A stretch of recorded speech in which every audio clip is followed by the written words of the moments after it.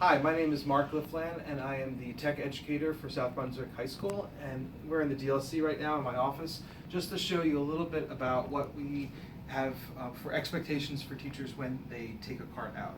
So whether you're using a cart that happens to be in the DLC as the classroom, or actually taking a cart out of the DLC and bringing it to your classroom, there's a couple things that you must do in terms of some of the forms. This is an update to what we have required of teachers before. So let me show you a little bit about what these forms look like.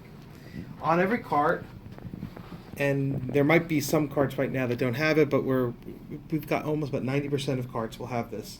We have a sheet for you to fill out to give to each student. This is what that sheet looks like. It's got the student name over here. The student would put their initials that they've taken that particular Chromebook, and then all the numbers of the Chromebooks. You will need to fill this out, the teacher, the class, the date, and the block, and keep for your records. This will be useful when, in the unfortunate case where we cannot find a Chromebook, we have some documentation to look at. You should probably hold on to this. What we require for you to, as part of ours, for us, is to have you confirm that you have all the carts in the case. And so the way that we know that is that you'll have on the cart, then the cart number, the number of Chromebooks that are in the cart. In fact, this one actually will change to 29 because number 28 is out on repair. We'll update this information as it comes. So the date, your name, the number of Chromebooks that you saw when you were there, and then also your initials. Then when you return it, you're going to fill in this as well. Then there were 29 again, and also write their initials. This teacher just needs to do that. But they were actually good because they told me about something with the cart. The way the carts look for these, they should look really neat. And this one is a great example of what really neat kind of looks like. It requires you to kind of push down all the little wires, and the numbers should match up with the numbers that are underneath here at the bottom. Please make sure that you do that so we can do a quick check. Like for instance, this one is number 1, and it was in the wrong slot. It belongs here.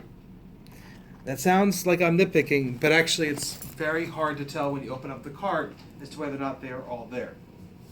Okay. So other reminders is that you should take a look.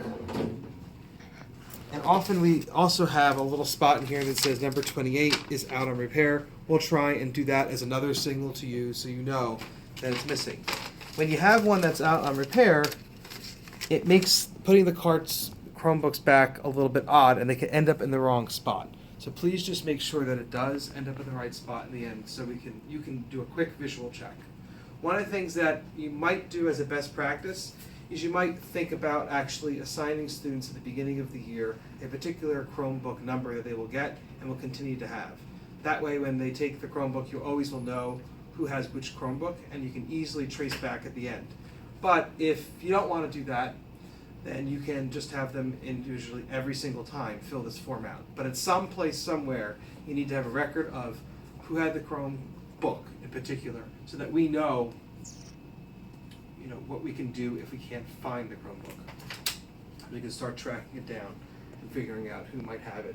Maybe it was just an accident, they took it by accident, or it didn't, and we need to figure out who it is. So hopefully that's helpful, and hopefully I'll see you up in the DLC. Thank you very much.